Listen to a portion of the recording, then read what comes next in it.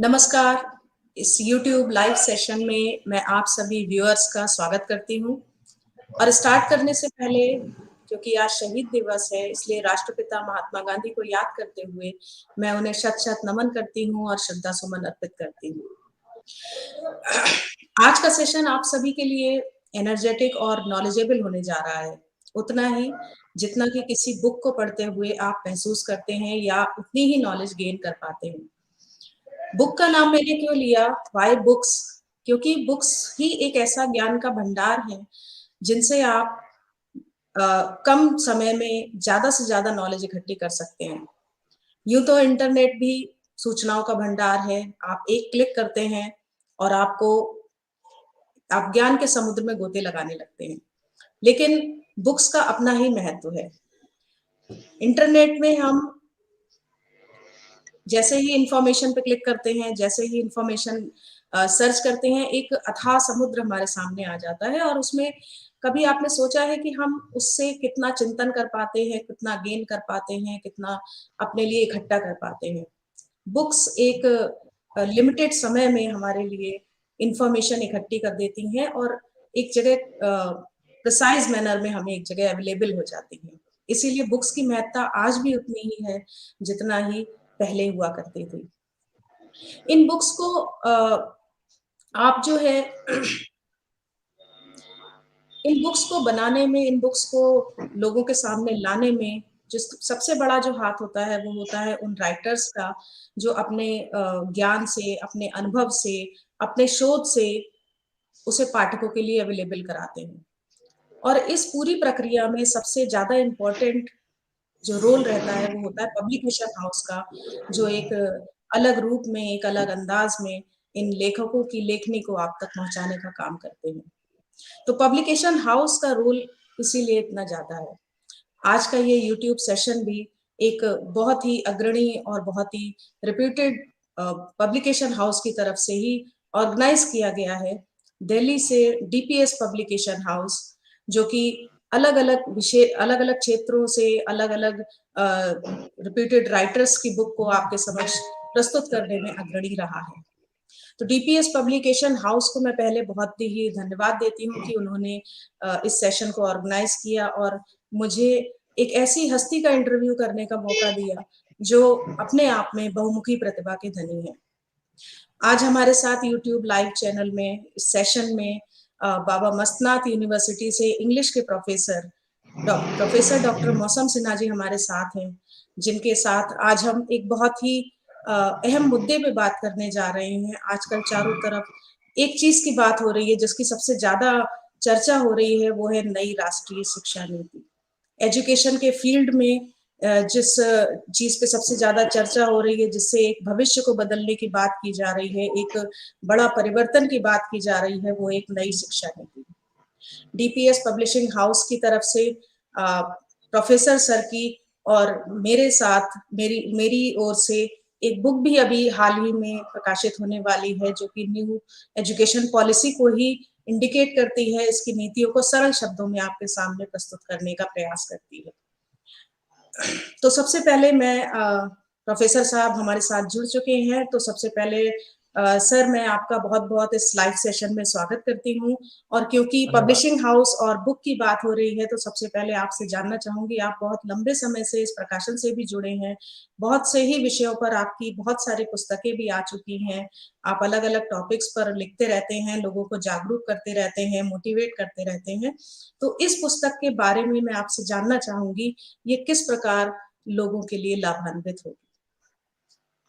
देखिए वर्षा जी, वैसे तो आपको विदित ही है क्योंकि आप इस पुस्तक में सह-लेखिका की भूमिका में हैं, परंतु जी। फिर भी जब आपने सवाल पूछा है तो उसका उत्तर देना ज़रूरी है, यहाँ पर देना ही चाहिए। पुस्तक में सबसे पहली बात तो ये है कि नियमों की व्याख्या सरल शब्दों में, सहज भाषा में की गई है और साथ-साथ इस पुस्तक में एक जो दृष्टिकोण होना चाहिए अभिभावकों का, शिक्षकों का, छात्रों का, किस प्रकार से वो तैयारी करें, किस प्रकार का दृष्टिकोण रखें और क्या-क्या उनको ध्यान रखना है, इस शिक्षा नीति के लिहाज से, और ये भी समझना है कि कैसे उन रूल्स को फॉलो किए जाए। ये तमाम मुद्दे जो हैं वो इस किताब के अंदर संग्रहित किए गए हैं। प्रस्तावना से लेकर नियमों की बात, दृष्टिकोण की बात, और स्कूली स्तर पर किस प्रकार का वातावरण तैयार करना है, हायर एजुकेशन में किस प्रकार का वातावरण तैयार करना है, ये तमाम मुद्दे जो हैं, ये तमाम बातें जो हैं, वो इस पुस्तक में दी गई हैं, बहुत ही सरल और सहज भाषा में, जिससे पाठकों को आसानी से एक-एक बात समझ में आ सके। जी। तो जैसा कि आपने बताया कि बहुत ही सरल शब्दों में ये पुस्तक को लाने का प्रयास है। मैंने भी इसमें कंट्रीब्यूट किया है, तो मैं पूरी कोशिश भी की है कि ज़्यादा से ज़्यादा लोगों तक ये बुक पहुँचे और ज़्यादा से ज़्यादा लोग जो हैं वो नई शिक्षा नीति को पूरी तरह से समझ पाएँ। क्योंकि मुख्य बिंदु तो अधिकतर लोग जान गए हैं, लेकिन जो उसकी डेप्थ है, जो उसका एक उद्देश्य है, जो जिस उद्देश्य को ध्यान में रखकर ये पूरी नीति बनाई गई है और एक बहुत बड़ा सपना जैसा देखा गया है कि आगे चलकर ये बड़े लेवल पे जब इम्प्लीमेंट होगी, यहाँ तक कि इंटरनेशनल लेवल तक की भी बात कही गई है इस नीति में। तो जहाँ तक है ये मैं पूरी आशा करती हूँ कि ये ज़्यादा से ज़्यादा लोगों तक पहुँचेगी और पाठक वर्ग, एक बड़ा पाठक वर्ग इससे लाभान्वित होगा। लेकिन इसी के साथ एक क्वेश्चन ये भी उठता है कि जैसा कि मैंने अभी पहले भी बोला कि इंटरनेट एक ऐसी चीज़ है जो लोगों को हर टॉपिक पे पूरी-पूरी जानकारी दे देती है, बल्कि पूरी से भी बहुत ज़्यादा दे देती है। और आज के परिवेश में हम देखते हैं कि लोगों में बुक पढ़ने का इंटरेस्ट बहुत कम हो गया है। तो उस चीज़ में कैसे बढ़ोतरी हो, ये भी मैं पूछना चाहूँगी कि क्योंकि हम हमेशा कहते हैं कि books are the loyal friends for anyone. Book से अच्छा फ्रेंड कोई नहीं है, हमेशा ये सुनते आए हैं और जिसको बुक पढ़ने की आदत लग जाती है, वो शायद एक्सपीरियंस को अपने शब्दों में ही बता पाएगी, उसे कोई महसूस नहीं कर सकता। तो इस केस में अगर हम ये कहें कि लोगों में इंटरेस्ट कम हो गया है कि ज्ञान भरा पड़ा है, लेकिन फिर लोग बुक नहीं पढ़ना चाहते हैं, इस पॉइंट पे आप क्या कहेंगे? देखिए, सबसे पहली बात तो ये है कि इंटरनेट पर जो भी जानकारी दी हुई है, वो हम लोगों के द्वारा साझा की गई है, और जी। इंटरनेट पर अ, मुझे ये कहना चाहिए बिल्कुल खुल करके इस प्लेटफ़ॉर्म पे कि हर व्यक्ति अपने विचारों को रख रहा है, चाहे उसको उस पर्टिकुलर टॉपिक की जानकारी है या नहीं है। तो जी। कंटेंट को केवल उठा लेना पर्पज़ नहीं होता, आपको ये भी देखना पड़ता है कि कंटेंट कितना यूज़फुल है, पहली बात। मैं मानता हूँ कि किताब लेखन के क्षेत्र में भी थोड़ा बहुत इस तरीके का है कि कुछ लोग जी। अपनी बात को रख देते हैं और प्रकाशित भी हो जाती हैं, सब हो जाता है, सब कुछ हो जाता है। वहाँ भी इस तरीके की बातें नज़र आती हैं, इस तरह का झोल-मोल नज़र आता है। लेकिन इंटरनेट पर क्योंकि ये बहुत आसानी से हो सकता है, तो इसलिए हर कोई अपनी बात को बड़े मज़ेदार तरीके से, लच्छेदार तरीके से और उसमें थोड़ा व्यंग का मसाला डालकर और अपने तरीके से अपने ज्ञान की चटनी लगा कर के उसको परोस देते हैं। और फिर वो कई लोग जो उसको देखते हैं तो वो उसको ब्रह्म समझ लेते हैं, उस ज्ञान को ब्रह्म ज्ञान समझ लेते हैं और फिर उसका प्रयोग जी। करने लग जाते हैं। तो ये जो बिल्कुल। एथिकल कम्युनिकेशन की बात है ना, वो थोड़ा खतरे वाली बात है जब इंटरनेट की बात आती है। वहाँ पे बहुत सेलेक्टिव होना पड़ेगा आपको, और सेलेक्टिव कौन हो सकता है? जिसके पास उतनी नॉलेज हो उस विषय की, वही सेलेक्टिव हो सकता है। जिसपे ज्ञान नहीं है, उसको तो जो मिल जाएगा वो ले लेगा। भूखा आदमी तो कुछ भी खा लेगा ना, उसको जो भी मिल जाए पेट भरने के लिए खा लेगा। लेकिन जिसका पेट भरा हुआ है वो थोड़ा सेलेक्टिव तरीके से चलेगा, थोड़ा बहुत। जिसका पेट भरा हुआ वो कहेगा भैया मुझे तो डोसा खाना है आज, तो मैं डोसा ही खाऊँगा। तो पॉइंट इज़ कि ये थोड़ा एक प्रॉब्लम है। दूसरी बात ये है कि इंटरनेट पे आप कहने को बहुत सारा मैटर मौजूद है, लेकिन आप अगर कई बार बहुत सारे विषयों पर आपको पुख्ता जानकारी भी नहीं मिल पाती, और इवन कई विषयों पर मैटर भी नहीं मिल पाता है इंटरनेट पे आपको। तो अगर आपको स्पेसिफिक नॉलेज लेनी है, स्पेसिफिक इन ऑल सेंसेस, जी। तो फिर बुक की तरफ को जाना ही पड़ेगा। क्योंकि बुक में आपको एक पर्टिकुलर टॉपिक पे अच्छा खासा मैटर मिल जाता है। से फॉर एग्जांपल आपको अभिव्यक्ति के बारे में जानना है, प्रस्तुतिकरण के बारे में जानना है, आप एक किताब उठाइए, 100 पेज की, 150 पेज की किताब उठाइए, पढ़ लीजिए, उससे आपको जो ज्ञान मिल जाएगा वो इंटरनेट पे आप 4 ब्लॉक को पढ़ लोगे, उसमें नहीं मिल पाएगा। उसमें वो रिपीटेड बातें नज़र आएँगी, लेकिन उस किताब के अंदर अगर किसी बिल्कुल। लेखक ने 150 पेज लिखे हैं, तो कुछ कुछ तो अलग लिखा ही होगा, उसमें तो रिपीट हो ही नहीं सकता, रिपीट होने का कोई चांस ही नहीं है। चांस ही तो नहीं है। ये फ़ायदे हैं किताब को पढ़ने के। मैं मानता हूं कि इंटरनेट भी आज के युग में बहुत बड़ी क्रांति लेकर आया है कंटेंट डेवलपमेंट के लिहाज से, इसमें कोई दो राय नहीं जी, है। लेकिन जी। किताबों का अपना अलग किरदार है, अपना अलग रोल है, और किताबें जो कर रही हैं वो इंटरनेट नहीं कर सकता। जी। तो हम ये कह सकते हैं कि जो रिलेवेंसी ऑफ कंटेंट है वो बुक से ही आ सकती है। ये जब तक और आपको बात किसी एथिक जी, जी, जी, बात एथिकल और उसमें अनएथिकल कितनी की भी आ जाती सच्चाई है है थोड़ा-सा। और कितना भ्रम है, इस जी, पे थोड़ा-सा मतलब निश्चय करना मुश्किल होगा कि किसी भी अननोन के लिए अगर वो बिल्कुल, सर्च बिल्कुल। करता है और या बुक्स में और पढ़ता है तो बहुत डिफरेंट हो जाएगा। और जहाँ तक और मुझे भी एक वर्ष पॉइंट ये लग जी, जी, मुझे मेरी भी एक बातों से पॉइंट ये आपने लगता है कि सॉरी। मेरी बातों से आपने एक बात और भी निकाली होगी कि जो कंप्लीटनेस की बात है, वो भी कहीं न कहीं उसमें भी स्ट्रगल करते हुए लोग दिखते हैं कि कोई मैटर जी, कंप्लीट तरीके से नहीं होता है। वो थोड़ा बहुत मैटर मिल जाएगा इधर-विधर, उस तरीके का भी जी, रहता है। जी। तो इसी चीज़ को आगे बढ़ाते हुए आपसे ये भी जानना चाहूँगी कि ये जो नई राष्ट्रीय शिक्षा नीति पर जो डीपीएस पब्लिकेशन की तरफ से बुक आने वाली है, इसका पाठक वर्ग स्पेसिफिकली कौन होना चाहिए या किसके लिए उद्देश्य करके इसको निर्मित किया जा रहा है?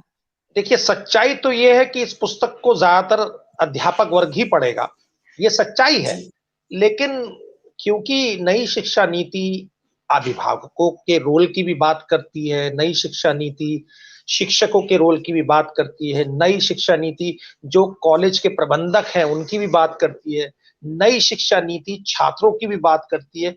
तो दरकार तो ये है कि हर वर्ग इसको टच करे, अध्यापक को भी पता हो क्या है, छात्र को भी पता हो क्या है, अभिभावक को भी पता हो क्या है, और समाज के अन्य लोग जो उनको भी पता होना चाहिए, क्योंकि शिक्षा से ही तो सारी चीजें जुड़ी हुई हैं। तो शिक्षा नीति के जी, बारे में तो बिल्कुल। सभी को पता होना है। तो ये एजुकेशन के पुस्तक जो है संबंध में जी, एजुकेशन के संबंध में मुझे लगता है कि जितने लोग जुड़े हैं या जो लोग जानना चाहते हैं पूरी तरह, उन्हें ये बुक ज़रूर पढ़ना चाहिए। निश्चित तौर पर। ठीक है। जी। कुछ बातें मैं पूछना चाहूँगी जो शिक्षा नीति की बात हो रही है चारों तरफ, तो कुछ संदेह हैं जो कई बार कई लोगों ने मुझसे पूछे भी हैं और जो मेरे मन में भी उठते हैं। मैं भी एक अभिभावक भी हूँ, एक शिक्षक भी हूँ। तो बहुत सी चीज़ें ऐसी उठती हैं जो ये लगता है कि एक बहुत बड़ा चेंज करने की जो बात हो रही है, जिसको इतना बड़ा कदम सरकार ने उठाने की बात की है और हम ये देखते हैं कि स्कूल तो दूर-दराज के क्षेत्रों में भी हैं, छोटे भी हैं, बड़े भी हैं, स्वायत्त भी हैं, एफिलिएटेड भी हैं। तो जब हम ये कह रहे हैं कि राष्ट्रीय शिक्षा नीति जब इम्प्लीमेंट होने की प्रक्रिया में है, तो उस केस में इस नीति से जो हम ये कहना चाहिए कि शिक्षक को अगर हम पहले रखते हैं कि क्योंकि शिक्षक ही एक ऐसी धुरी है जो अभिभावक और स्टूडेंट के बीच में आती है, तो उसका दृष्टिकोण क्या होना चाहिए? कैसे वो अपनी परंपरागत चीज़ों को छोड़ के इस नई चीज़ को अडॉप्ट करे और किस तरह से अपने दृष्टिकोण में बदलाव लाए? इस शिक्षा नीति को अपने विसार में इम्प्लीमेंट करने के लिए जो अधिगम प्रणाली है उसमें इम्प्लीमेंट करने के लिए। आप छात्रों की बात कर रहे हैं, बीच में आपका आवाज जो है वो बंद हो गई थी। छात्रों के दृष्टिकोण की सर मैं बात कर शिक्षकों की बात कर रही हूँ कि वो इस नई शिक्षा शिक्षकों नीति को किस तरह से इम्प्लीमेंट करवाएं। देखिए, सबसे पहले तो नियमों की बात तो हम यहाँ नहीं कर रहे, क्योंकि आपने सवाल नियमों पे पूछा नहीं है। लेकिन जी, इतना ज़रूर कह सकते हैं कि शिक्षा नीति सबसे पहले हर अध्यापक को शिक्षा नीति है क्या, ये जान लेना बहुत ज़रूरी है। जी, और जब हम इस शिक्षा नीति को देखते हैं, तो उसमें से कुछ मुख्य बिंदु हम उठा लेते हैं। कुछ मुख्य बिंदु हैं, जिन पर हर शिक्षक को काम करना पड़ेगा। सबसे पहले आप देखिए, बड़ी-बड़ी कॉन्फ्रेंसेस में, बड़ी-बड़ी डिबेट्स में, बड़े-बड़े आयोजनों में हम सर्वांगीण विकास की बात करते हैं, होलिस्टिक जी, डेवलपमेंट की बात करते हैं, बच्चे का ओवरऑल डेवलपमेंट हो, बच्चा हर तरीके से डेवलप करे। सवाल ये आता है, हर तरीके से डेवलप कैसे करे? इसको बहुत सुंदर तरीके से शिक्षा नीति में बताया गया है। तो अब ये क्या है, इसमें बहुत ज़रूरी है शिक्षकों को कुछ समझना कि छात्र का मानसिक और शारीरिक विकास तो होना आवश्यक है ही। उस पर तो जी, आज भी लोग जोर दे रहे हैं, आज भी शिक्षक जोर दे रहे हैं। लेकिन उसका इमोशनल डेवलपमेंट का क्या? उसके सोशल डेवलपमेंट का क्या? क्या वो बच्चा सोशली अपने को निपुण बना पा रहा है? सोसाइटी में गर्व के साथ चल सकता है, मजबूती के साथ चल सकता है, सोसाइटी में अपना एक स्थान बना सकता है। ये बात बड़े जोर देकर के शिक्षा नीति में कही गई है। दूसरी बात, छात्र को इमोशनली स्ट्रांग बनाना, उसमें लाइफ स्किल्स, बच्चे के अंदर लाइफ स्किल्स हो, बच्चे को गुस्सा कंट्रोल करना आता हो, अच्छी संवाद शैली हो, आलोचनात्मक तरीके से सोच हो उसकी, हर चीज को क्रिएटिव अंदाज में ले। आज का जो युग है, आज के युग की जो दरकार है, चाहे वो आईटी की बात कर लें हम, चाहे क्रिएटिव थिंकिंग की, जैसा मैंने भी कहा, उसकी बात कर लें, क्रिटिकल थिंकिंग की बात कर लें, ये तमाम जो लाइफ स्किल्स हैं, इनको छात्रों के अंदर विकसित करना और छात्र को एक प्रोफेशनल और पर्सनल लाइफ दोनों के लिए तैयार करना, ये सारी बातें आ जाती हैं सर्वांगीण विकास में। और इसका जिक्र बहुत खुल करके इस शिक्षा नीति में किया गया है। दरकार यह है कि शिक्षकों को, मैं साइंस का टीचर हूं उदाहरण के लिए, क्या मेरी जिम्मेदारी है कि मैं साइंस के कंसेप्ट्स की बात करके चला जाऊं, मैं साइंस की थ्योरीज डिस्कस करूं और चला जाऊं क्लास से? क्या ये मेरी जिम्मेदारी है? शिक्षा नीति कहती है कि आप पहले अध्यापक हैं, बाद में विज्ञान के अध्यापक। जी, मतलब जो शिक्षा के उद्देश्य हैं, जिनकी बातें पहले भी हुई हैं, ऐसा नहीं है कि आज हो रही हैं, पहले भी हुई हैं, कई मुद्दों पर जो शिक्षा शास्त्री हैं उन्होंने अपने अपने तरीके से इनको कहा है। दृष्टिकोण को बनाना, जिंदगी के लिए तैयार करना, इन सब की बातें हर शिक्षक की जिम्मेदारी है कि वो करे और बच्चों को उस लिहाज से तैयार करे। साइंटिफिक टेम्परामेंट डेवलप हो, बच्चे को ये नहीं है कि उसको थ्योरीज पता लगे, उसके साइंटिफिक टेम्परामेंट भी तो आना चाहिए ना भाई। आप एक बात मुझे बताइए, एक छोटा सा उदाहरण देकर मैं इस बात को और बड़ी व्याख्या में लाना चाहता हूं। क्या आप कक्षा में बैठ करके किसी बच्चे को कार चलाना सिखा सकते हैं? नहीं, बिल्कुल भी नहीं। उसे कार में बैठा लेंगे नहीं और उसके हाथ में स्टीयरिंग नहीं देंगे, वो सीखने वाला नहीं है। जरूरी है जी।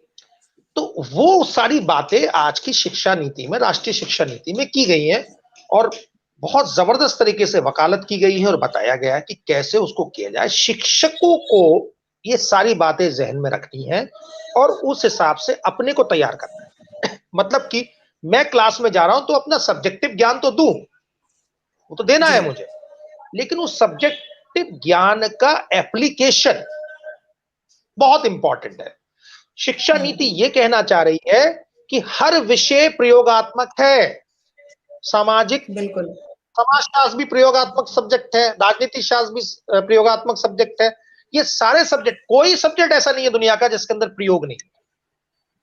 जब जब आप सब्जेक्ट्स के अंदर प्रयोग लाएंगे, आप बच्चे को तैयार करेंगे भविष्य के चैलेंजेस को फेस करने के लिए, और उनको तैयार करेंगे कि कैसे वो प्रोफेशनल लाइफ को जिए, साथ साथ जिंदगी कैसे गुजारे, पर्सनल लाइफ को कैसे अच्छा करे, ये भी बात करेंगे। तो सारे ही अध्यापकों को इस बात को जहन में रखते हुए अपने को तैयार करना है और छात्रों को उनका सर्वांगीण विकास करना है। जी। तो हम ये कह सकते हैं कि अगर कोई शिक्षक आज के युग में हम कहें अगर, तो उसे अपने पुराने परंपरागत तरीकों को एक तरह से छोड़ के खुद को बिल्कुल रिफॉर्म करने की जरूरत है। खुद में जब तक वो सुधार नहीं लाएगा या खुद में अपने नए चेंजेस को एक्सेप्ट नहीं करेगा, शायद वो इस शिक्षा नीति की प्रणालियों को नहीं अपना पाएगा और इम्प्लीमेंटेशन में वही प्रॉब्लम होगी।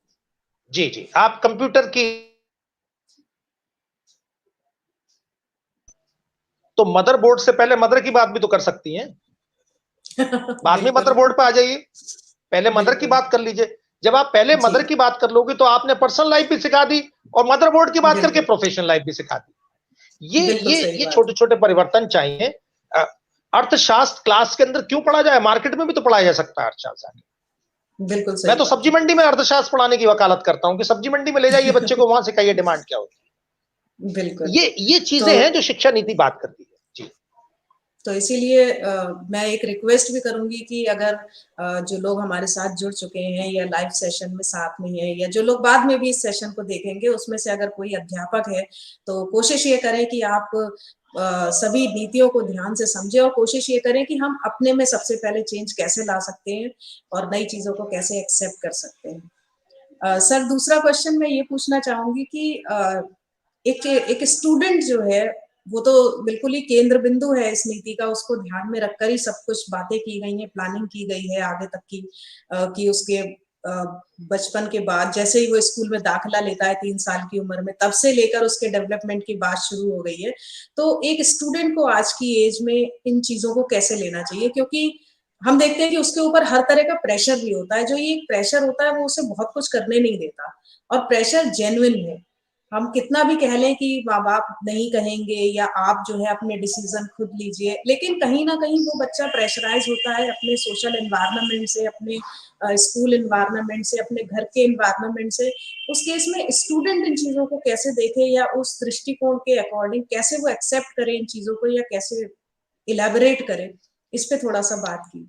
ये आपने बहुत अच्छी बात कही है और शिक्षा नीति में इसका बेहद ख्याल रखा गया है और इसलिए कहा गया है कि जब बच्चा विद्यालय में आएगा, जब वो पहला कदम रखेगा विद्यालय के अंदर, तो उसके कंधों पर बैग नहीं होगा, बिल्कुल वो बैग लेके नहीं जाएगा।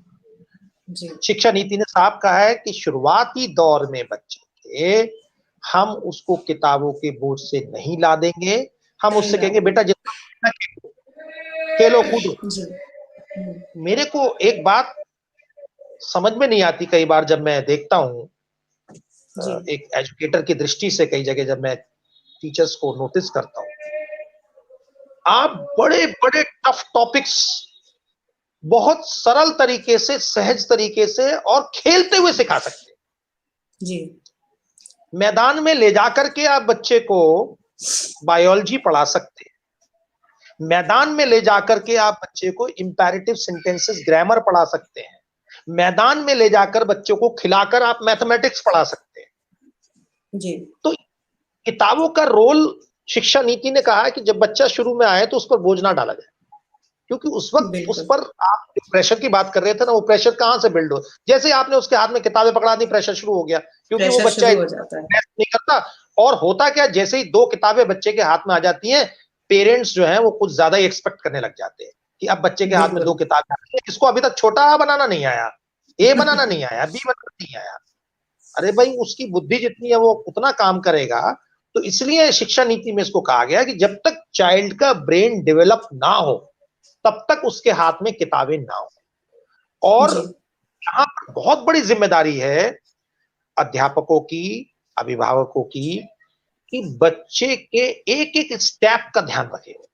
देखिए मैं हमेशा से ये बात कहता हूं, चाहे बच्चा मिडिल स्कूल में हो, एलिमेंट्री में हो या सीनियर लेवल पे हो, बेबी स्टेप्स, आप बेबी स्टेप्स पे ध्यान दें। हम करते क्या है, बेबी के एडल्ट स्टेप्स पे ध्यान देते हैं। अरे भाई वो बेबी स्टेप्स पे ध्यान, छोटे छोटे स्टेप उसके चेक को इवैल्यूएट करिए और उसको क्रिटिकली इवैल्यूएट कीजिए। ये देखिए कि बच्चा यहाँ पर कहीं ऐसा ना हो कि आपने कुछ समझाई और बच्चा जो उसको उसका इमोशनल वेलबींग हिल गया। जो मैं बात कर रहा था ना आपसे कि बच्चे का फिजिकल, मेंटल और इमोशनल, ये तीनों वेलबींग की जिम्मेदारी शिक्षक की है। और खास करके जो बच्चे स्कूल के अंदर जा रहे हैं वो तो बहुत कोमल होते हैं, बहुत नाजुक होते हैं, उनको तो आपको बहुत ध्यान से देखना पड़ेगा, उनके एक एक स्टेप को पैनी निगाह रखनी पड़ेगी उसमें। और जैसा शिक्षा नीति ने कहा है उस खेल खेल में सिखाइए। ये थ्योरी जो है वो लाजवाब है, ये कदम बहुत लाजवाब है, सराहनीय है कि बच्चा जब तक तैयार ना हो किताब का बोझ उठाने के लिए, उसको किताब ना दी जाए, उसको सिर्फ खेल के माध्यम से धीरे धीरे धीरे धीरे थोड़ा थोड़ा ज्ञान परोसा जाए। जी। लेकिन सर मैं एक बात यहाँ पर इंटरप्ट करूंगी, क्योंकि मैं खुद भी टीचर हूँ और अपने आसपास ये सारी चीजें देखती हूँ, कॉमन है मेरे लिए। क्या ग्राउंड लेवल पे ये चीजें पॉसिबल हो पाती हैं किसी भी टीचर के लिए, कि वो अगर एक क्लास में 30 स्टूडेंट है तो वो हर एक को इतना ध्यान और ज्ञान दे पाए? क्या जमीनी स्तर पे ये चीजें कहाँ तक लागू होने की संभावना है, या कैसे इनको हम इम्प्लीमेंट कर सकते हैं, ये भी शिक्षकों के लिए मैं एक क्वेश्चन पूछना चाहूंगी।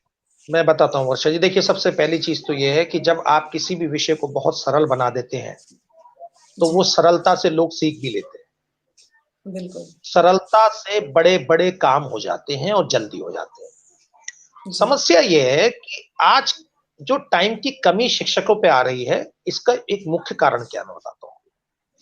विषय का समग्र ज्ञान ना होना, समग्र ज्ञान नहीं आपके पास पढ़ाने के तरीके होंगे, उतना आपके पास समय की बचत भी होगी। समस्या यही है कि हम जोड़ नहीं पाते चीजों। अब देखिए मैं इसका एक उदाहरण पेश करूं। हम गृह कार्य देते हैं अपना बोझ कम करने के लिए। मैं इस बोझ वर्ड जानबूझ के कह रहा हूं यहाँ पर, हालांकि बोझ नहीं। देखिए, क्योंकि मैं यहाँ पर सारे शिक्षक जो है कुछ शिक्षक तो बोझ वर्ड को बड़ा आसानी से समझ जाते हैं, मुझे माफ कर दीजिएगा जब मैं ऐसा यूज कर रहा हूं, लेकिन ऐसा है। तो वो गृह कार्य दे दिया। अब जब हमारा गृह कार्य देने का तरीका सही नहीं होगा, हम गृह कार्य कैसा दे रहे हैं, बच्चे को बहुत नीरस तरीके का काम दे रहे हैं। मैं भाषा का शिक्षक हूं, मैं बच्चे से अगर उसके मन के मुताबिक, उसके रुचि के मुताबिक अगर उसको काम देने लग जाऊं, तो वो दौड़ते हुए करेगा। मेरा मकसद क्या, मेरा उद्देश्य क्या है, बच्चा लिख ले, बोल ले, समझ ले, जान ले, यही तो है। लेकिन उसको अगर घिसी-पिटी चीजें देता रहूंगा, वो नीरस असाइनमेंट दूंगा कि भाई ऐसा ये चैप्टर इसको पढ़ लेना, इसमें से क्वेश्चन निकालना और उसके आंसर दे देना, तो कहेगा क्या मुसीबत है, यही काम दे देती है मैडम रोज। कुछ क्रिएटिव नहीं। तो जब तक आपके तरीके सही नहीं होंगे, मेथड सही नहीं होंगे ना, परिवर्तन नहीं आएगा। देखिए, वातावरण की बात हो रही है, वातावरण बनाने के लिए एक टीचर को काउंसलर भी होना पड़ेगा, वो घर पर जाकर क्या कर रहा है इसको भी देखना पड़ेगा। आप टाइम की बात करते हो, मैं टाइम का आपको एक छोटा सा उदाहरण देता हूं। आज ये जो हम सेशन कर रहे हैं, इस सेशन को आपका कोई भी एक व्यूअर अगर उसके समझ में नहीं आता है इस वक्त लाइव देखते वक्त, तो क्या वो दोबारा नहीं देख सकता इसको? बिल्कुल देख सकता है। तो ये तो टीचर की बचत हो गई ना, टाइम की। जी बिल्कुल।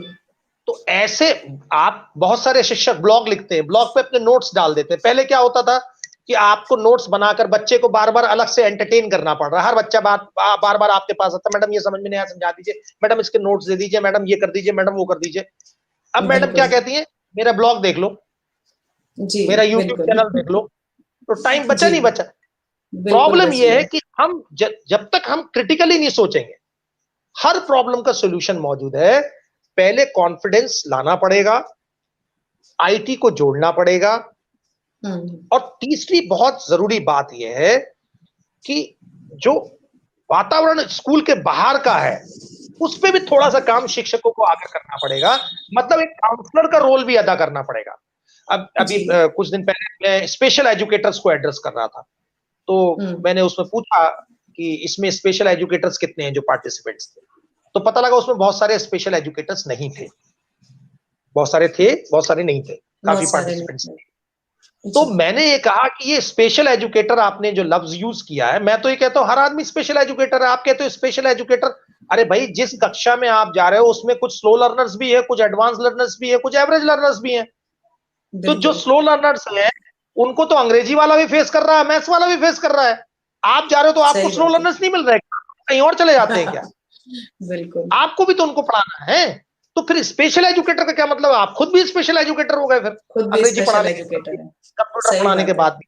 तो वो स्पेशलिटी लाना, वो स्पेशलाइजेशन बनाना, वो मटेरियल यूज करना। देखिए, selection of material, learning material, teaching material, ये बहुत इंपॉर्टेंट है कि आप बोर्ड का इस्तेमाल कैसे कर रहे हैं, आप कौन कौन से मटेरियल को यूज कर रहे हैं। जितना इफेक्टिवली उसको यूज करेंगे, ऐसी छोटी छोटी प्रॉब्लम्स हमने बहुत अच्छे अच्छे सजेशंस टीचर्स को दिए हैं।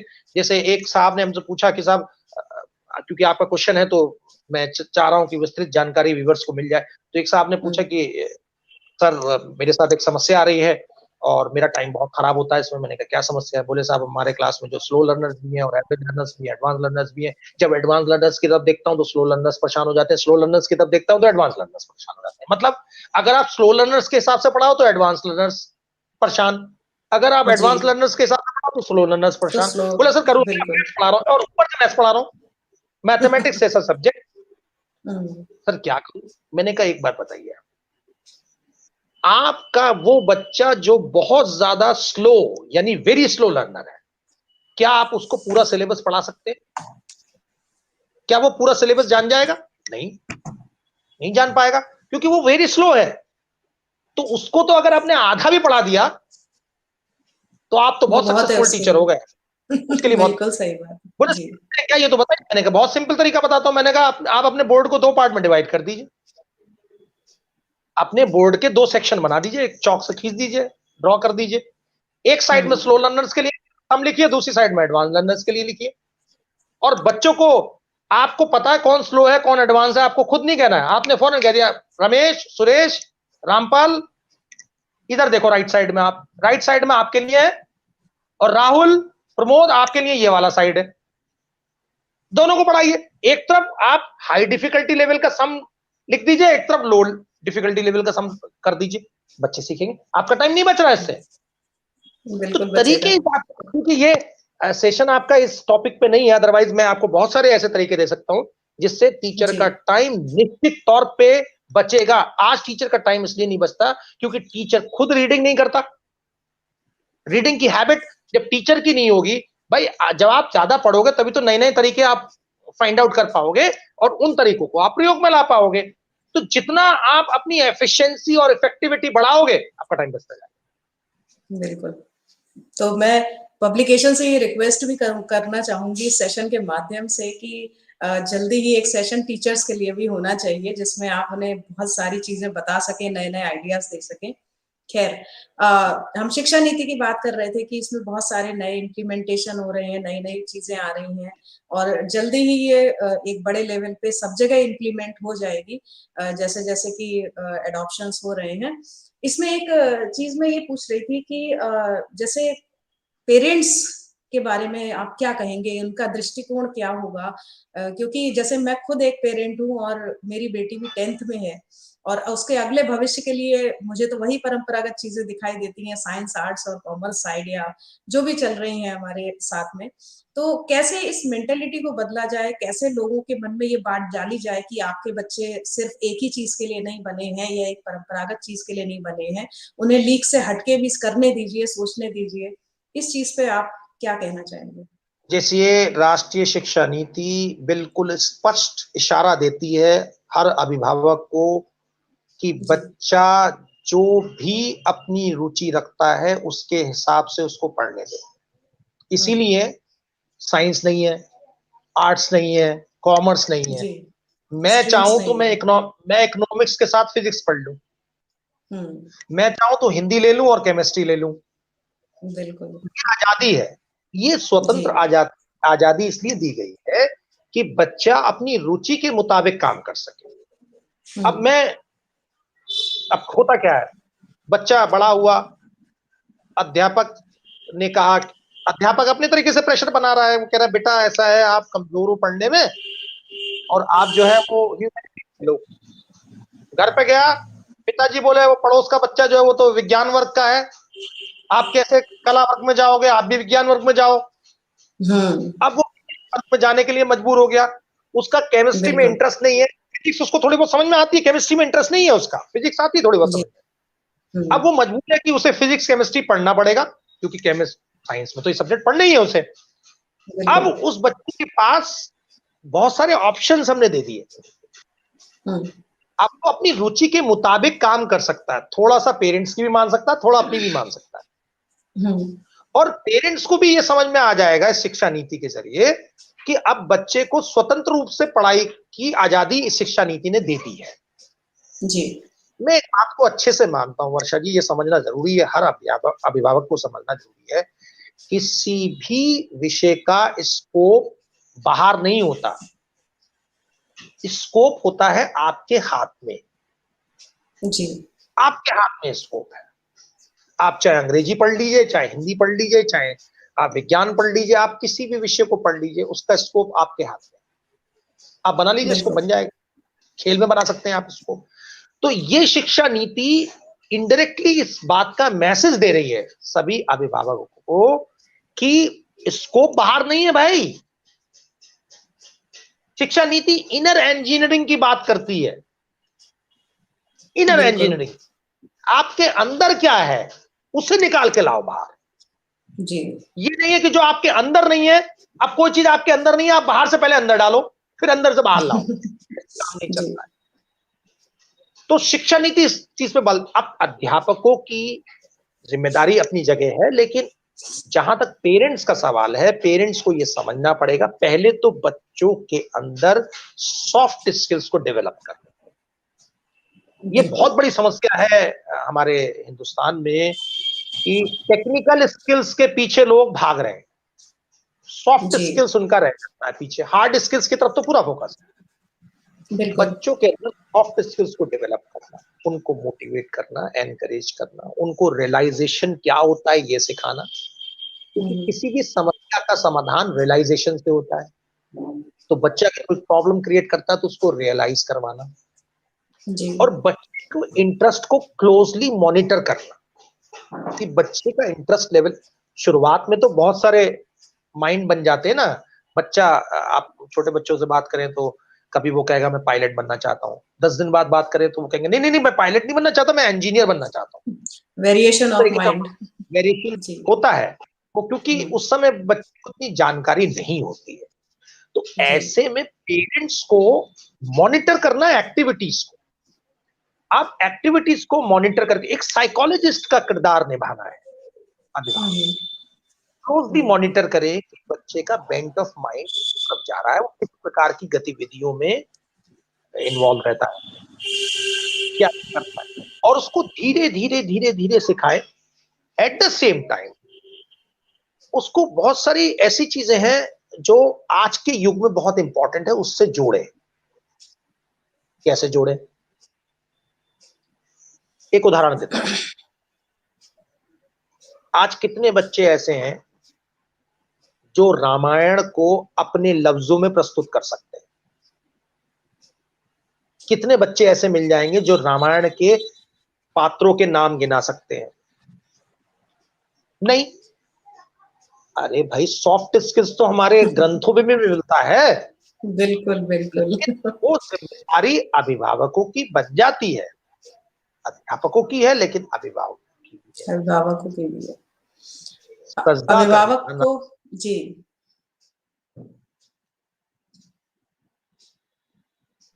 पहलू अलग है, धार्मिक दृष्टि से अलग है, और एक और बात भी है इसमें, ये हमें फोकस बिल्डिंग में भी मदद कर।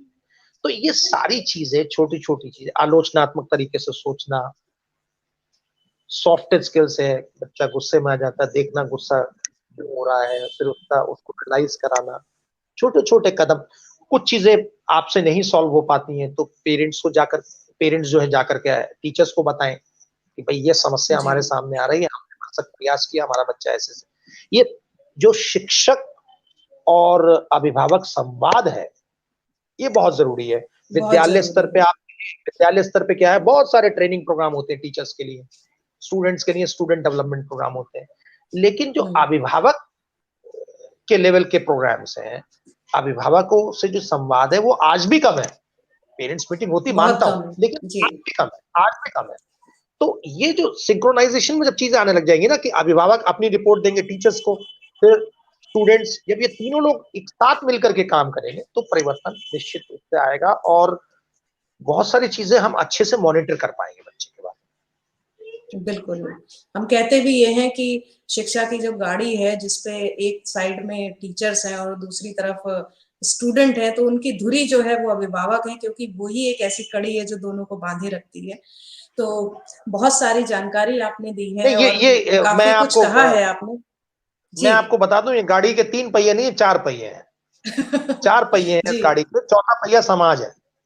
समाज है, जी बिल्कुल। समाज भी है, बिल्कुल सही कह रहे हैं आप। तो मैं यही कहूंगी, आप तो शब्दों के जादूगर हैं जो बात में से बात निकाल के भी 4 ज्ञान की बातें बता देते हैं। तो बहुत सारी जानकारी आज हमने आपसे ली है और जितने लोग हमारे साथ लाइव जुड़े हैं, आशा करती हूँ उन्हें भी कई नई चीजें जानने को मिली होंगी। और बाकी मैं प्रेफर करूंगी कि आप बुक्स और भी पढ़े हैं और नई शिक्षा नीति की बुक भी पढ़ें आप, और इसमें से जो सरल शब्दों में बात कही गई है उसको गेन करने की कोशिश करें, समझने की कोशिश करें। तभी आप एक समाज में नया परिवर्तन ला पाएंगे, चाहे आप शिक्षक हैं, चाहे आप अभिभावक हैं, और इवन स्टूडेंट भी हैं। तो आपको भी ये समझना चाहिए कि आपका करियर किस ओर जा सकता है या किस तरह आप अडॉप्ट कर सकते हैं अपनी आने वाली चीजों के लिए। तो सर, एक बात मैं यहाँ व्यूअर्स से ये भी कहना चाहूंगी कि अगर कमेंट सेक्शन में आप हमें लिख के बताएं कि आप कहाँ से हमारे साथ जुड़ रहे हैं और अपना नाम भी मेंशन करेंगे तो बहुत अच्छा लगेगा।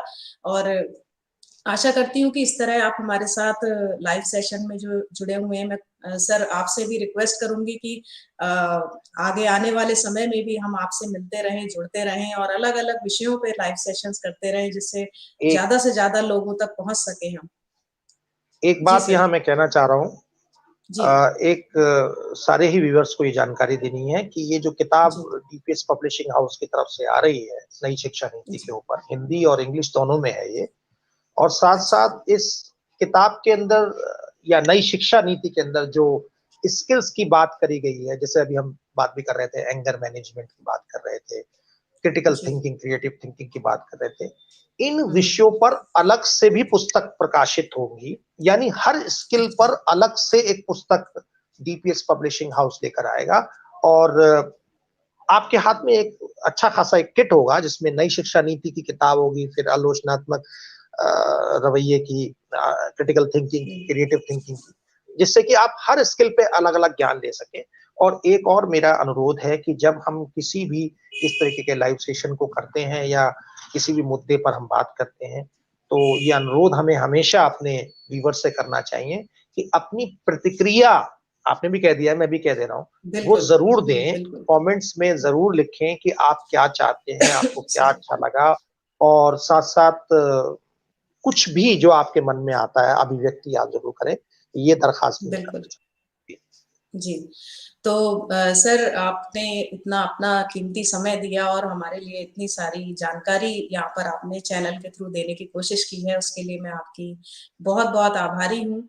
और डीपीएस प्रकाशन को भी मैं धन्यवाद और आभार दूँगी कि उन्होंने मुझे ये मौका दिया कि मैं आपके से साथ जुड़ सकूँ और आपसे और सारी जानकारी ले सकूँ। और जो कॉमन क्वेश्चन्स हैं, वो मेरे मन में भी थे और मैंने एक ऑल ओवर ग्राउंड पर पूछने की कोशिश की है, तो मुझे लगता है काफ़ी लोग इससे लाभान्वित होंगे। तो आखिर में मैं यही कहना चाहूँगी कि आप जैसे शब्दों के जादूगर से जुड़ना मेरे लिए सौभाग्य है और रहेगा। तो इसलिए जल्दी ही हम फिर से जुड़ेंगे, एक और नए एनर्जेटिक सेशन के साथ, एक नॉलेजेबल सेशन के साथ, कुछ नए मुद्दों के साथ। So till then I request कि keep following the covid protocols, social distancing बनाते रहिए, मास्क का प्रयोग करिए and stay safe and stay healthy. Till then, stay tuned to the channel so that you can get the new updates forever. Thank you so much. Thank Thank you, you so much, sir. Thank you, thank you. God bless you Goodbye. All. Thank you. Thank you, sir.